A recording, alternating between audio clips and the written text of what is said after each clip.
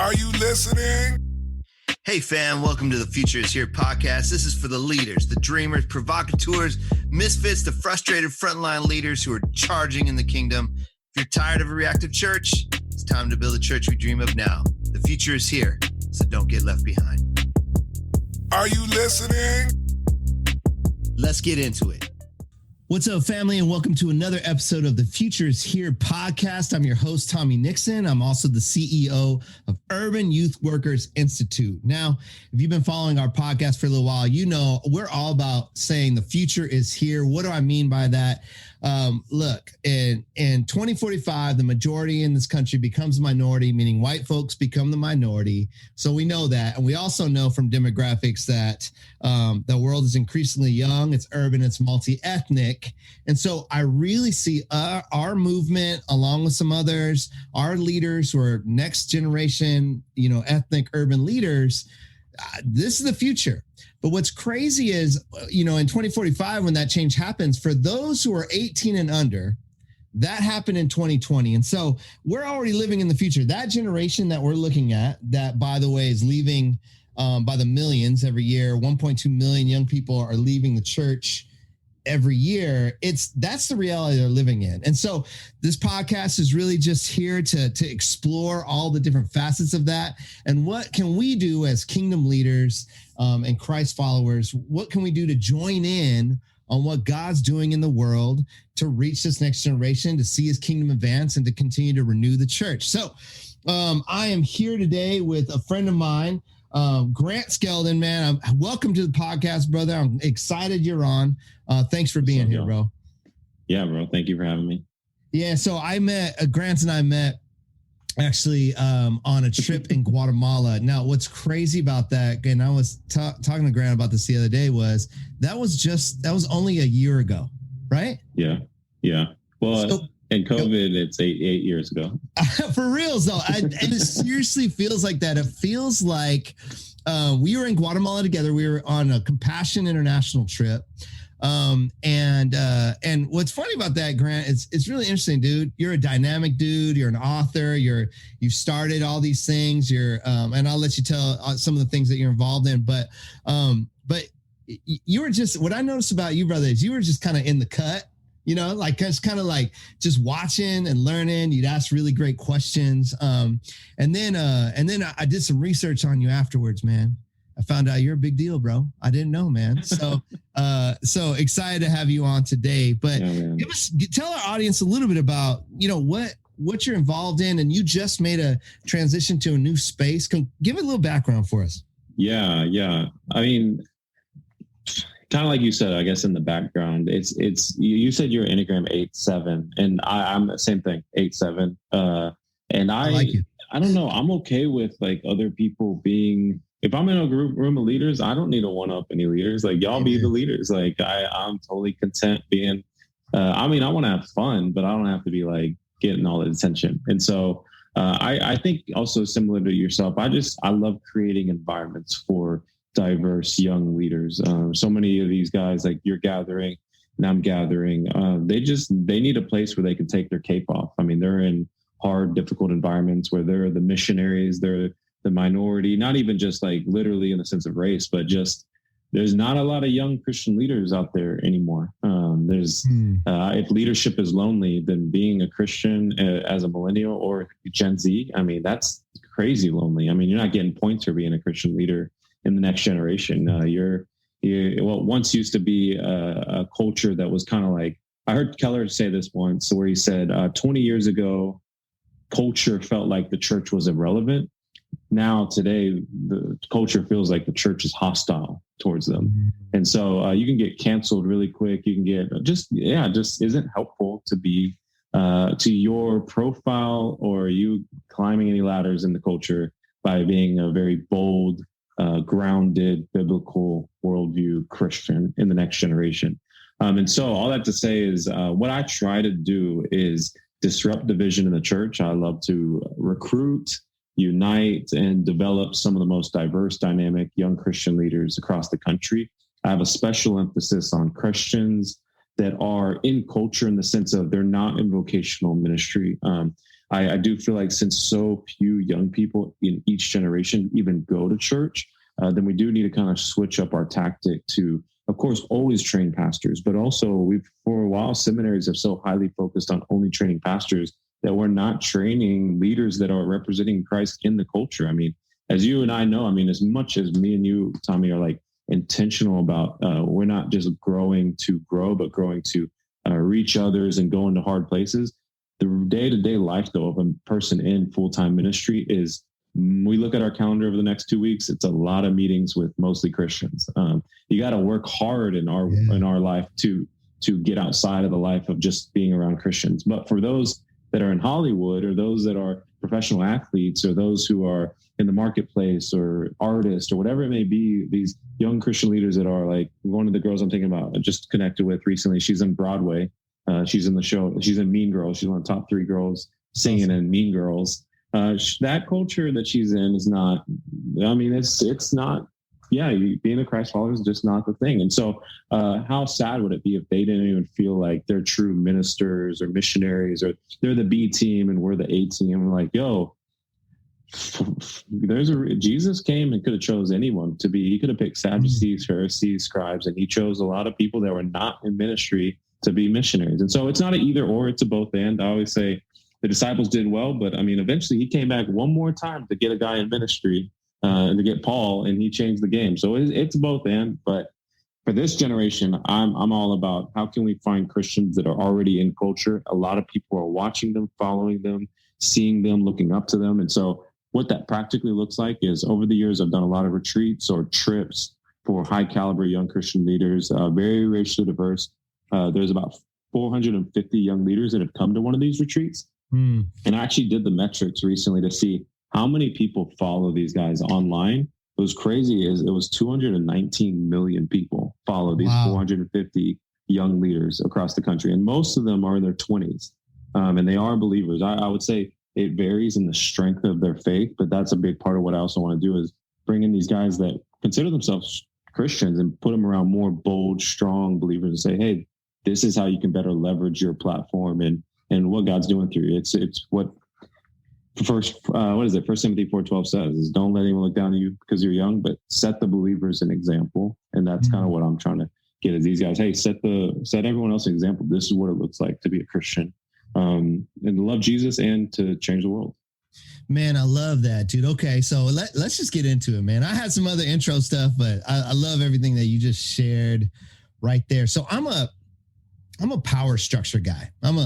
I look at institutions, and I'm very much like, all right, because if we're the same, right, on the Enneagram scale, like I'm looking at like bottom line, dude, how do you move the needle? Like what I want to see change happen. Let's get to the impact. Let's deal with the bull crap. Like okay, why? So everything you just described, and even those 450 that really have a reach of 219 million, that's incredible. And I love that you figured that number out, because it's impactful. You know, what would you say? What are some of the structural issues or barriers that stop the engagement with your generation and young people like that and younger people like that? What are some of the barriers on our side, you know, on the church side, on the Christianity institutional side, that stop that cause that kind of weird dichotomy? You know what I mean? Where it's like, oh, well, you know, we do ministry over here, but you're on Broadway. So, you know, does that make sense? Like, what do you see as some of the issues there? Man, it's kind of a long answer, but that's all right, man. We want to hear you talk, bro. I'll say two things. I'll say, I mean, my short answer, like if I could put it into a sentence, it would probably be, we so over glorify the gift of teaching and speaking and worship leading, and under glorify literally every other gifting. Maybe event planning too. I put that. I mean, I feel like, if you want to succeed in the church world, get really good at speaking, really good at leading, really good at building a new organization, and really, really good at hyping people up to come back next week. You'll kill it in the American church. I just don't know if that's what I felt like Jesus was looking for when he was looking at his disciples. Like, let me find the best speakers, leaders, entrepreneurs, hype people to promote an event and get them to come back next week. But man, just coming out of Dallas, I was just like, I'm in Nashville now. I work for Q Ideas with Gabe Lyons, but like when I was in Dallas, I always thought, man, Dallas might just be the biggest living proof that big gatherings don't change communities. I mean, Dallas is maybe everybody. I felt like it's so ironic that so many people are coming from out of the country to come to conferences or see the big churches here. And I always thought it's so funny. It's like people are looking at these churches and these conferences as very successful. And I think, I mean, you do the math and eventually you see actually this is like proof that this doesn't work. Think about it. It's like there are 4,800 churches in Dallas, Texas. That's enough churches. It would take 72 years for someone to go to each church every Sunday. If they gave like literally every Sunday they go to a new church, in order for them to reach all 4,800 churches in Dallas and truly visit them and see them, it takes 72 years for them to go to. It's like so many churches, and some of those churches are massive, like huge.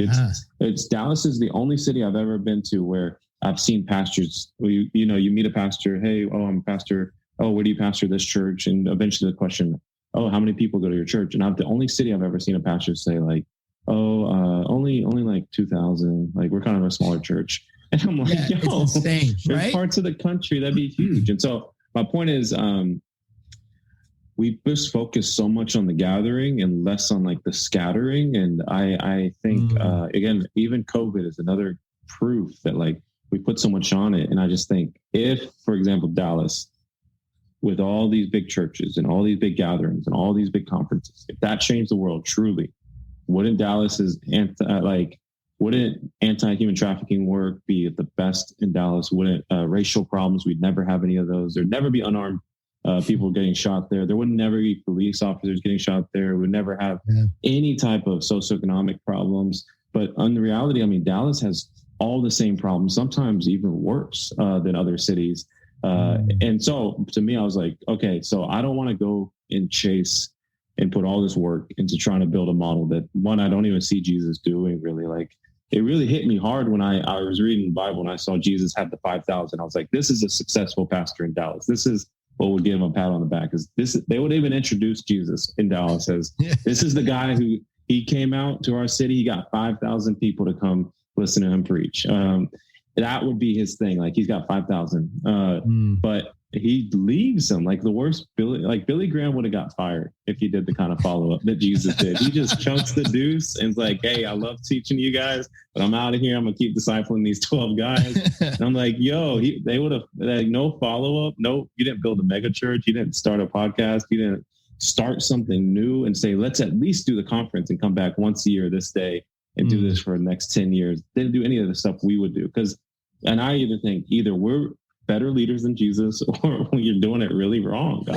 I don't know. And so I started asking myself, so what is it? And I really feel like why the most cause-oriented generation in the world right now is not connecting to the most cause-oriented organization in the world right now, the church, is because the most cause-oriented organization right now is not taking their cause that serious. And I think the cause is making disciples.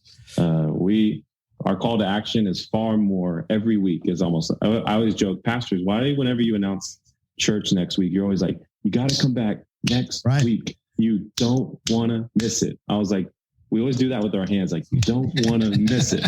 I was like, yo, that's, you might not think of it this way, but you got one call to action each week. What is it? And basically it's come back next week. Come back, yeah. But if you go look at nonprofits and you go look at these organizations that young people are leaving the church to join, these causes, marches, just being a part of something, they're not saying, hey, just chill and come back next week. It's get off your butt and let's go change the world. People are hurting and they need you. And I just think, man, that's what Jesus was kind of doing. Hey, come and follow me, not come back next week and listen to me speak. And so all that to say, this generation with all their unbelievable gifts and talents and influence, I just think they're way more attracted to the world's causes that aren't eternal and won't make eternal impact than the church, which is, I think, the right place. It's just got the wrong urgency and the wrong message right now in some way. But I have hope that it's going to change. I get excited. I'm thankful that the next generation is tired of church being just a gathering and a Sunday attendance in a building.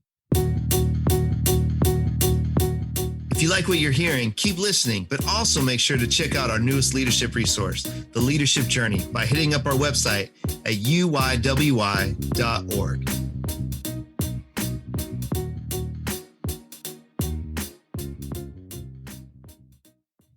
Oh man, I couldn't even say it better myself, brother. I love hearing you talk, because I'm all about all that. Now, a couple of years ago, 2019, you wrote a book called Passion Generation, right? Mm-hmm. And really what was about was this call to discipleship, right? Yeah. And that's really what, so, friends, and we'll say it again at the end, but, go check out Grant's book, Passion Generation. And I watched a little video on it. I haven't read it yet, bro. So full confession, man, but I watched the video on it, and now it's compelling, man.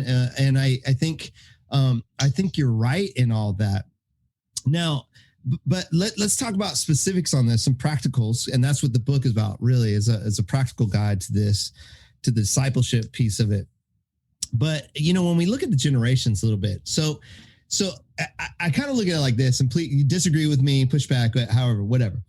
But it's almost like, okay, boomers kind of, that generation, and there's a lot of great things there. I honor and respect, but they built this institution that we now are experiencing, and that now all these young people are leaving, right? So they built that, and they maintained it, and they're still, and let's be real, in some spaces, they're still holding on to it really tightly. No, they are. And then you have my generation. I'm at the very end of Gen X, right? And we're kind of like the whatever generation. So coming from a lot of divorce, I was a latchkey kid. I was like all that, right? And it's kind of like, okay, and we figured some things out. And so we're still kind of punk rock, but resilient. But, I don't know how much we were like changing the game. It was just kind of like, okay, well, and then you have your generation. So then millennials show up, right? And I love, you said the most cause-oriented generation, but you guys are a little bit like you're starting to point out all the issues. Like, you're like, dude, this isn't really working. And yet you have a generation coming behind you, Gen Z, that is very different. They're not the same as millennials. They're different, right? And they bring their own giftings, just like millennials do in your generation, just like Gen X and before us. Yeah. But what does it look like then? Because then it feels like your generation is in a tough spot, because you got it. What you got handed off to you, in a lot of ways, you described it, but was pretty weak, man. I mean. And so, and not discipleship, right? Well, okay, let me ask you a question on that. Yeah. Because you said, you guys said what we got handed off to, because I don't feel like there's still been a general across the kingdom in the American church, a handoff. I don't think there's been a handoff. Okay, so I'm curious. I hear you on that, bro. Yes.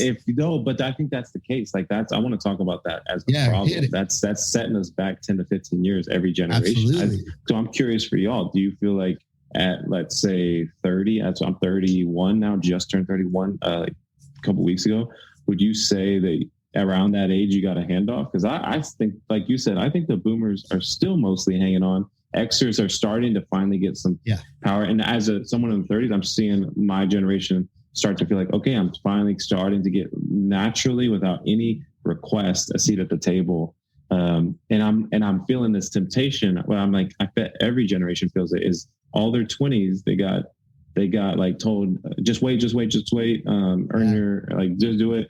And then maybe 30s, maybe if you're lucky. And I feel like I'm on the front end of most millennials. So it usually comes at 40, is when you finally start getting a seat at the table. And I'm like, well, finally, I'm going to just ride this out. And technically in this table, I'm the young guy. And so I can ride this for 10, 15 years and be the young guy at the table. And it's like only about 50, 60, you're like, okay, we got to start thinking young, which to them is 40. And I'm like, that's fine. It's just, the guys we're helping train, when they're thinking young and who they're reaching, it's teenage and 20 something. 20s. Yeah. No, I mean, I think that's such a good question, brother. And I appreciate that, because, and I think you and I, so personality wise, you and I did the same thing in a lot of respects. We looked at the landscape and we're like, nah, I'm not with it. I'm going to have to start my own thing. And I did, right? I mean, I was like, okay, like I could call people out on their hypocrisy all day long and all that, but let me look inward. What's my hypocrisy? Why don't I go try to live it out? right? And you saw the issue and you started living that. But I think for a majority of people, you're right, man. When I'm thinking about it, I'm already thinking, how are we building into those 20 somethings? Because really, those who are holding on to power, so boomers, okay, we'll pick on them right now. But boomers, if you ask any of them, hey, when did you start leaving? What are they going to say? In their 20s? I mean, they a lot of those guys started when they were really young and they started it. You know what I mean? And so I'm like, well, then you got to let go and let these next guys come up. I mean, you guys at your age, I think you should be charging. You know what I mean? And so I'm almost wondering, is it my generation, Gen X, that's just got to make the quick handoff and just go, look, we just learned from the other thing. And I'm here to really just say, here, let me tell you all my mistakes. You know what I mean? I mean, I think I think that's kind of the space to go. I think you're absolutely right in that, man. So, but so then I turn around and ask you the same question for millennials. What does that mean for, so if you're a Gen Xer, you're at my age, I'm 40, I think I'm just 10 years older than you, brother. So I'm 42, born in 78, super weird. Like I'm almost a micro generation. You know what I mean? Yeah. Like I didn't use the internet until I was in college. Like part of that was because of we had no money. But right. So there's me, but I had video games growing up. You know. But what does that mean for millennials and then reaching Gen Z? So you have any thoughts about that? Because that's a real generational thing that we really got to look at. And for Gen Xers, we got to go, hey man, I know you're waiting for the big chance, but maybe we just got to take the L on this or the sacrifice play. For sure. And I do think so. I had a story that happened like months before COVID in November. And basically I was speaking at it was the biggest thing I've ever spoken at. If we look at like attendance, it was like, I think 50, 70,000, mostly young people. And it was at a stadium, like for NASCAR. Type of big thing. I think it got you muted. Anyway, sorry, man. I was like, of course it was in Texas. Yeah.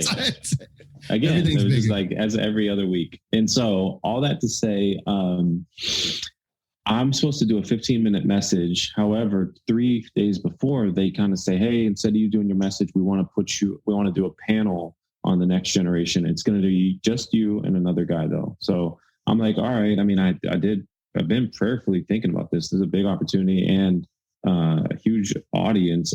But let's do it. I mean, let's do the panel instead. So I'm like, who's the other guy on the panel? And I'm 29 at the time. And so the guy on the panel is like 19 years old and is a Gen Z kid.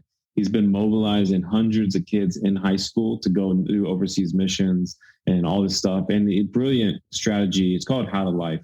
His name's Jordan Whitmer. He gets like these big YouTubers, online people to like use their leverage their platform to do like these local gatherings, even international in other countries. And they'll gather like 200, 300 kids and then just get that really well-known famous Christian person to tell their testimony. And then they come in and just preach the gospel, lead people to Christ. It's awesome. And so all the funny part was whenever they had to speak, they asked me first, hey, tell us about why is it so important for the next generation to know Jesus? So naturally, I'm talking about millennials. I'm 29. And I'm talking about the millennial generation knowing Christ. And then they ask him same question. And he kind of says, one thing I do want to say when we say next generation, though, is like, when I think of next generation, I do think of Gen Z. I'm thinking of like the next generation, the true next generation. He said, but when most people talk about next generation, they're always talking about millennials. But reality is Gen Z is here right now. Like we're even getting into college and all that. And he said, so I was like, as much as I love the older generations over here, and he's kind of pointing to me. And he's like, I think we need to start focusing on the next generation, Gen Z. And I'm just like, yo, this dude's like trying to old man me at 29 years old. He's calling me the old man. And I'm just like, yo, this is what I make people feel like all the time. Cause I've seen how you do it all over the country where I come in and they'll be like, dude, usually I'm the young guy, but I guess you're now the young guy. And I always told myself seeing that happen, because I could tell like they were joking, but I could see is like, oh, you kind of attach your identity to being the young guy a little bit. That I always told myself, don't do that too much. Like, and I've heard enough old people say, hey, you're going to wake up one day and you're not going to be the young guy. Enough people say that. I'm like, it must be true. Time just keeps going faster and faster and faster. And so all that to say is, I just told myself, one, don't attach my identity to that. But then two, I thought, well, when I become the old guy, then I'm going to work really, really hard to not forget what it's like to be the young guy. Cause I swear all y'all forgot or something. Cause y'all, it's like, I got to bring you back. I've seen so many messages where I feel like I got to bring you back to what it felt like when you were trying to reach the next generation, but you didn't have resources. You didn't have the support. No one was open doors for you. No one was connecting you. No one was putting their neck on the line for you. And so all that to say, when that kid did that, I was like, all right, if this is kind of like the next kid, I'm sure he's one of many that are kind of starting to rise up, but maybe not getting too much attention. Then I want to shift gears at 30 and be like, okay, the next 30 to 40, how can I start setting you guys up from 20 so that when you get to 30, you're 10 years ahead of where I was? Because but I did feel a temptation of, I'm starting to really get the doors that I always wish would be open and the opportunities I always wish I would have. I feel like around 30 and married now, I see a lot of opportunities come that I didn't have before when I was a young single dude. And it really lastly reminded me of David and Saul. I think that's the best example of like, I always ask myself, what if Saul was healthy enough, content enough, solid in his identity enough that he never got jealous of David? Like, how much could Israel and the kingdom have flourished if Saul and David could have worked together rather than spending years with tension, running away, causing wars, even how much that then would later impact David? I'm like, how much would we literally, even today, us as a nation and Christians, I mean, today, how much would we have been impacted if just Saul wasn't insecure or felt like he needed to hold on a little longer? But he's like, yo, we're on the same team. If they give you 10,000 and they give me 1,000, at the end of the day, God's getting all of it. Like, yo, even I've always thought to myself, like, even the band, the Casting Crowns. I never liked Christian music when I was not a believer. My mom would force it on me. It's like, but the reason they're called that is like, even if you're the best of the Christians, you get the most attention, you get the Billy Graham kind of name, if you will, and legacy. You got to cast that crown before God, so it's His. Like, my hope is, and I want to encourage, and I really think this is on us as Xers and millennials. Is I've always told Xers, y'all are like the bridge generation. Because you guys can connect to millennials. I always thought y'all could connect to me and my generation in a lot of ways, but you have the trust of the older generation. But I respect you guys, and you guys can get me to respect boomers more. But you also can get boomers to trust and believe and gamble on young people. And I kind of think millennials and Xers could do that together, because I do think boomers still have the most resources, the most like connections, the most power in a lot of ways and authority. And older Xers are starting to as well. And then I think us millennials, although we're not just like Gen Z, I think millennials are more like Gen Z than they are like boomers or Xers. And so, no doubt. My hope is, instead of millennials riding out their 30s and even their 40s, it's just like, yo, who cares? Let's get them what we wish we had. Instead, and luckily, lastly, I'll finish. It doesn't seem like people are going to be making fun of Gen Z as much as they made fun of millennials. Like, millennials really was. I mean, that. You got a barrier. Yeah, dude. Absolutely. No, I mean, I think, man, all that's so good, bro. I love your story. What was his name? His name was Jordan, right? Right. That kid who was on there with you, man. I love that, man. And that's really, for us, it's like this, we're trying to, our tagline at UYWI is like new leadership for a new world. Because really, like, I feel like the motto of leadership that we've been given was what I call the great man syndrome. And it's built into institutions, what you described, like, it's just about getting you to the next thing. Like, how big of a crowd can I get? And can I keep this machine going, right? Just bigger. And I've always struggled with that too. I was like, I don't really see Jesus in a lot of that. I struggle with a lot of that. And then if you had a great man that, continue to do great things, then we gave them a lot of concessions to act in a lot of ridiculous ways, and which wasn't healthy for them, wasn't healthy for their team or their church. And eventually when they win, or if they fell, wasn't healthy for the kingdom. It de-evangelized the church, right? Yeah. So for me, leadership is like, you're helping people become who they are created to be. So one of the things that I see with Gen Z And I wonder what your thought is on this for millennials specifically. And you did talk a little bit about it with Gen X. So those who are in my generation, how can we join in better on what God's up to in the generations? But I know with Gen Z, they want mentors. Yeah. We're running around going, oh man, how are we going to disciple these kids? And I'm going, you know, they're asking to be mentored. Like, help me figure out this life, because they've kind of been born into, they kind of got the shorthand, bro. Right. Mm-hmm. Like born around the Great Recession, like coming into going through a pandemic, right? When they're becoming adults. The political arena is insane, right? The space that our country is in, like, this is when they're growing up and they're going like, how am I supposed to be an adult in this? And from the research, it looks like they're putting in there, if they can make money and get the right work, that some of that research like points to that. Mm-hmm. And I just want to go, dude, you can go for that, man, but that's not going to fulfill you, because I know what God has for you, right? I mean, the gospel and all that. So, I mean, what's, break it down for me, or your thoughts on, so in that sense, what should Gen X be doing? What should you and your generation doing so that we can best support Gen Z coming up? Any thoughts on that? I know it's a big question, but. Yeah, I mean, for me, it's, I've shifted gears a lot towards Gen Z. I mean, I've always kind of those 450 young leaders in the network, I would say 80% of them, maybe even more, have always been millennials. They'll be 20-something now, early 30-somethings. But now, that's high priority. As much as I have a high priority of minority leaders and diverse leaders, I'm like Gen Z leaders, Gen Z diverse leaders, which luckily is kind of the future. Like you've already mentioned, that's who they are. And so, yeah, I would say for me, I want to help find them when they're young and then start just bringing them. I guess I'll share a story of a guy because he's my most recent dude, but there's a kid named Colin LaBrosse. If you have a kid who's on TikTok, I would tell you to follow him on TikTok. Colin LaBrosse, LaBrosse. He's a kid, half Mexican, half white, similar to myself. Actually, even half Mexican, half Irish, and very similar to myself because I'm half Mexican, half South African. So it's like two groups that just, what are you supposed to be like when you're Irish and Mexican, or South African and Mexican? So we just kind of connected. His story is similar to me. Every now and then, only twice in my life, him being one of them.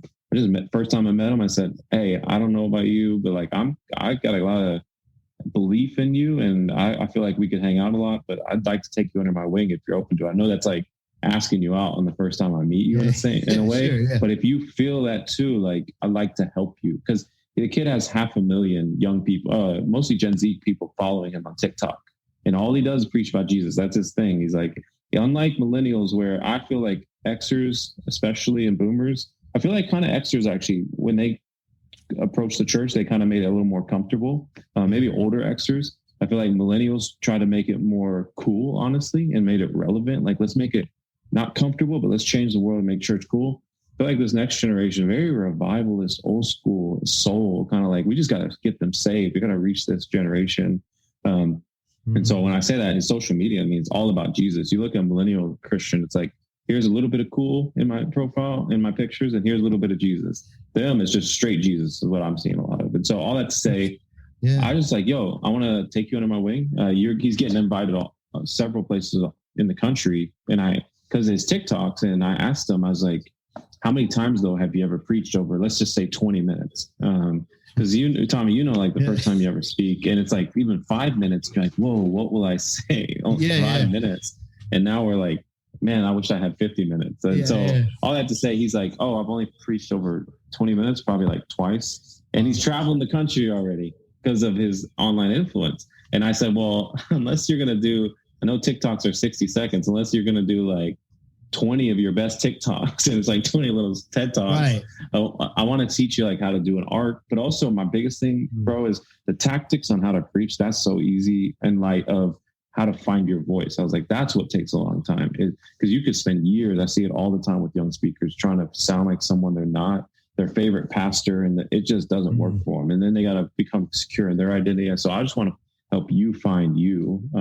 And then also to preach for the right reasons. Because if you're doing off passion alone, like just how to go in with a pure heart, give it to God, and just, you're going to see God show up in big ways. So Anyway, just as I've taken him under my wing, I'm introducing him to anyone I know that I think he should know.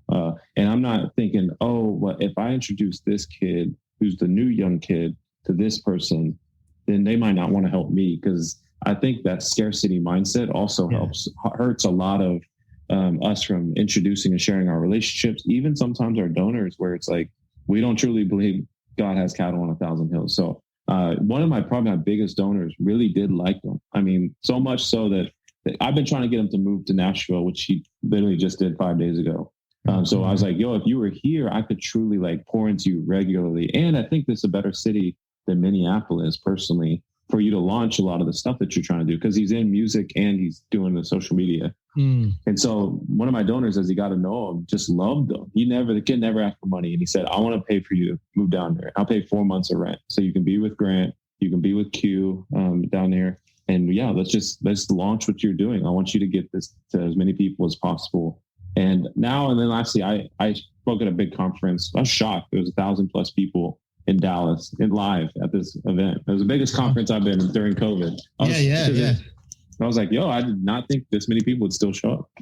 But first time I brought him to event with me.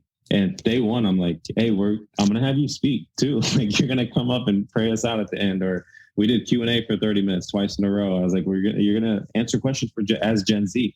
And he was good. There was every now and then he did something. I was like, that was really good. But most of the time it was just okay. But I know he'll get better. Like we've seen that process. But I think my answer would be like, find at least one Gen Z leader and just go all in of like, how can I give him everything I wish someone gave to me? But not the wisdom, the relationships, the advice, the calling out. I mean, we talked about like, when it comes to accountability, addiction and pornography is like going to be huge for that generation. And I was like, we're going to do this together. Like, I want you to be on mine when it comes to Covenant Eyes. I want to be on yours. But like, I'm just calling them higher. I just think all of that. And then lastly, I do think if I could go back on my book, one thing I think I missed is I think like emotional health is going to be huge for the next generation. I think if Pete Cazzero could become best friends with Gen Z and even young millennials, that would really save a lot of that. You used the word de-evangelization, because this might just be potentially, if we don't disciple this next generation, we're seeing a lot of leaders fall out of ministry out of the boomer generation. That's like grounded in the word, like steady. This generation barely knows it, and they go out and get 100,000 followers, and they're preaching barely what they kind of know. Traveling the world and getting huge book deals. We could see one of the worst group of Christians fall out of ministry just because they're not as rooted and grounded, because they're getting so much platform so soon that you can't microwave the character to sustain that. And so it's crucial that they do have these guys discipling them. I think, I told you all the influence they have. I think people would be shocked how much they are just like any other youth. If you went to a youth group, there's not much difference from these guys that have unbelievable online influence. They still need to be poured into just like anyone else in college or in high school. And so I would say, just learning the emotional health, the steadiness. Lastly, I would say, like, because it's so easy to find passionate young people, so easy. But I say often, but it's very hard to find prayerful young people. It's hard to find ones that Sabbath. It's hard to find ones that really celebrate prayer, disciplines, all those types of things. And I just think that's going to be problematic when we got a very like Gary V hustle, grind, and Christian culture mixture. And it's only until you hit that burnout, which is, I think, getting younger and younger every year, that you're like, actually, I got to be healthy myself, right? Because I can't pour out what hasn't been poured into me. Man, I find, thanks for that. What was so compelling about what you just shared that I had never thought of. So I just want to pull that back out. It's this idea that if we don't reach even the ones that are on fire for Jesus, like if we don't guide them, mentor them, disciple them, we could have an even bigger fallout than we're experiencing right now. Because, I never, honestly, Grant, I never thought about that. And that's so compelling to me. I mean, this is my business, right? This is what we do. I'm here to pour into your generation so that your generation reaches Gen Z with the gospel. And that by 2045, it's that generation that's running all the things. You know what I mean? They're running the institutions. They're in government. They're running the businesses. They're in entertainment. Like that. And I see a huge opportunity for revolution there, right? I'm like, oh, this could be so great. But I think that's so, man, that is so interesting, because I think the problem right now that I see with all of these pastors like falling is it's an institutional problem. You know, I go back to power structure. It's easy to point and go, oh, well, that guy, you know, he's morally. I'm like, yeah, but it's a system that continues to pump out those same leaders. Like they should own it themselves. They made choices. That's true. But can we talk about the system that supported that and that cheered them on into that toxicity? Yeah. And then this next generation is looking and going, this is what you want me to follow. This is no, I won't do it. So I find that really, really interesting, man. Okay. So dude, wrapping up, bro. And you gave some great stuff, man. I so appreciate you even getting to know you more on this, man. This is great. Yeah. Okay. Front me a little bit, bro. What do I need to be doing? Right. My generation of leaders. So me and those ahead of me, dude, what do I need to be doing or aware of to best kind of pour into your generation? What's our responsibility right now? Where do we need to step up? This might be a random answer, and I don't say this every time I get asked this question because I do decently often, but I do think one of the most powerful things someone can do is, that no one usually says, and we may not realize the power that it can have, is I think us as each generation needs to get better at calling out their own generation. I often tell people, like, I think every church should watch. I'm very influenced by Remember the Titans, or honestly, I'm on so many race panels over the last 5 years with all the racial tension, and it's always usually a black guy and an Asian guy. I always get to be the Mexican guy, and then there's some like white guy, black guy, Asian guy, Latino guy, maybe a girl, maybe possibly. And so with that, I feel like I'm always like, yo, these panels are great, but this isn't truly how you reconcile. Like, I want to talk about building relationships. I never want to do panels to build my friendships. Like, that's like, you never see a marriage start and they'll be like, okay, how are we going to build this relationship? Let's go to a panel. It's like, what a pastoral thinking to think that that's what we should do to fix race relations. Like, I want to go on a retreat. That's why so many of the people on that Guatemala trip are close friends. We were all mostly strangers, but there's a bond that comes out of going somewhere for several days together. If you can go to another country, it truly is something about it. Like, that goal of a mission trip is to impact people in another country. But without a doubt, like, I don't think ever in history, some people didn't come back really close friends. And that's 0% of the goal, not even kind of the goal, not even like there's no strategy put into, let's make sure these guys are best friends at the end of this. It just happens. Like, it's something about when you slow down, get out of your very, very busy life. You're no longer the leader. You don't really got good cell service, and you don't have control of the schedule. You gotta be you. Like, all these leaders that are used to being the leader just get to have fun, and someone else gets to be the leader. It's like the funnest thing ever. You just get to have fun and go to a place where you guys are actually, the bond part of it is just, you guys are the only thing similar. Everyone else in Guatemala was Guatemalan except for us. But even the black guys, like, I think it was like Jared Wilson, like, I think it was Jared, right? It was Jared. Yeah, Jared.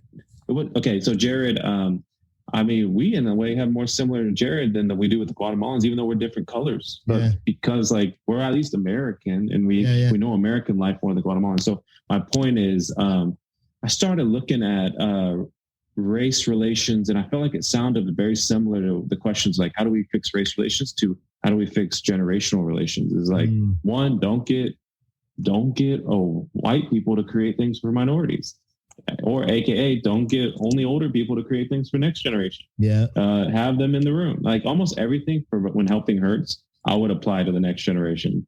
Is like, don't come in as the savior and think, hey, we're just going to create this for you, and then don't assume what they need. Talk to them and figure out what they actually need. Like, all these things apply to any new group of people.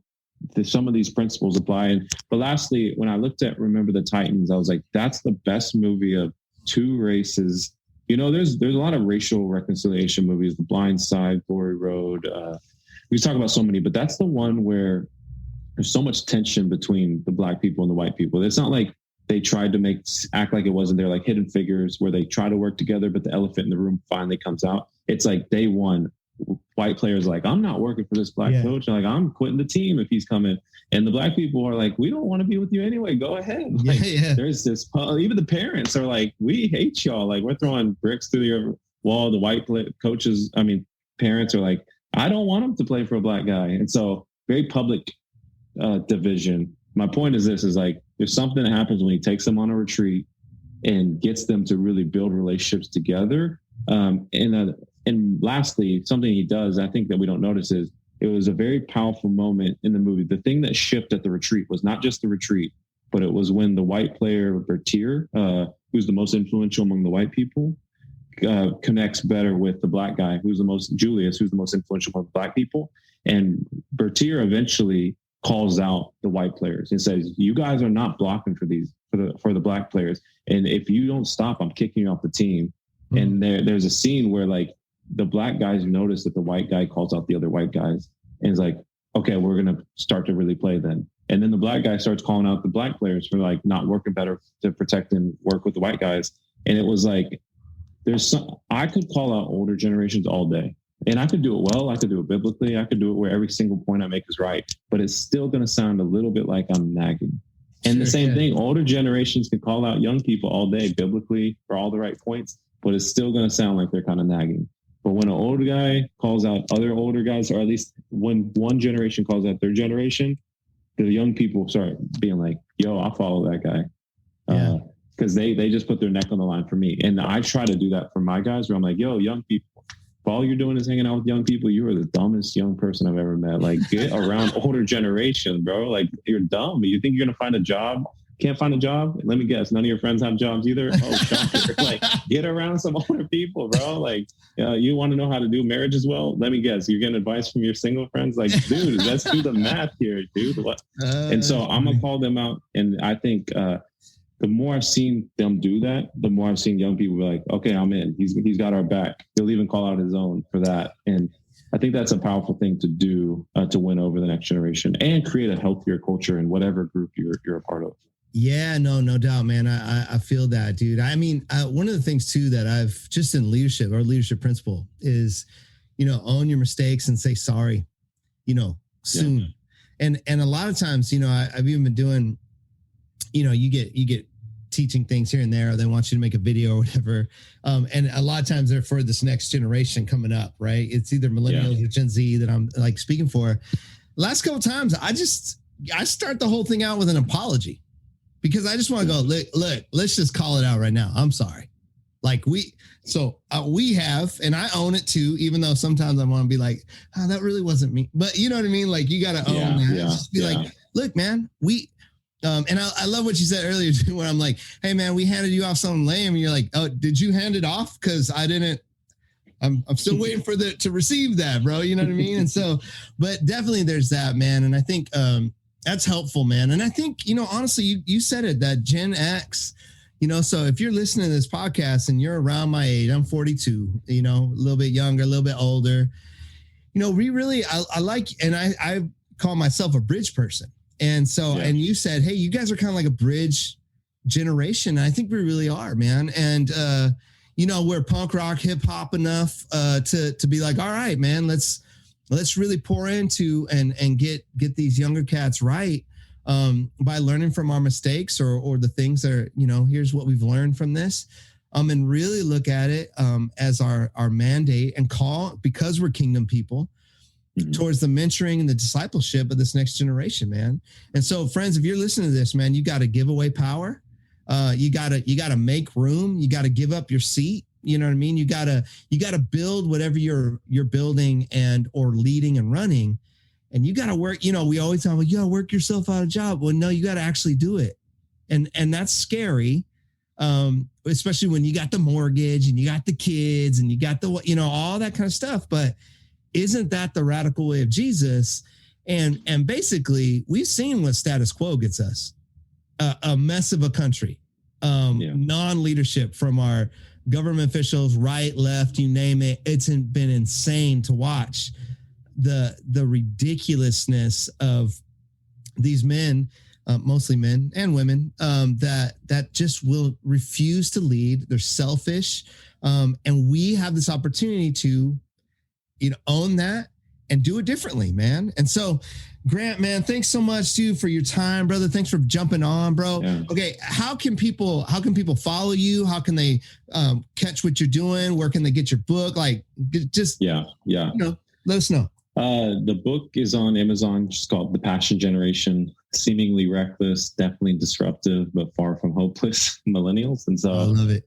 Passion Generation. And then for me, I mean, great thing about my dad being South African, I guess, and not many being here is I've just never in my entire life seen my last name before anywhere else. And so I'm the only Grant Skeldon I know of, and I've Googled to try to find others. So hopefully there are some out there, but everything I have is Grant Skeldon, grantskeldon.com, @Grant Skeldon, whatever it may be, /Grant Skeldon. If it's a online platform, it's just my name. Hey, that's not a bad deal right there, bro. No, it's great. God has shined on you, especially in this age. So, dude, that is awesome, man. Well, hey, friends, thanks so much for joining us today. Grant, thank you again, brother. It was great to get to know you a little bit better, and love everything you're doing. We're actually we're so much more aligned than I even realized. So you probably were already on that. I'm slow. So I'll model it. I'm sorry. You know what I mean? I just didn't know yet, man. So, but man, big fan. I want to continue to support you and what you're doing. I hope we can partner in different ways in the future. But friends, thanks for joining us on another episode of the Future is Here podcast. We hope to see you guys next time. Peace. If you enjoyed what you heard today, we don't want to leave you empty-handed. So here's a couple resources to help you shape the future. Get access to our latest leadership resource by visiting UYWI.org and join our email list.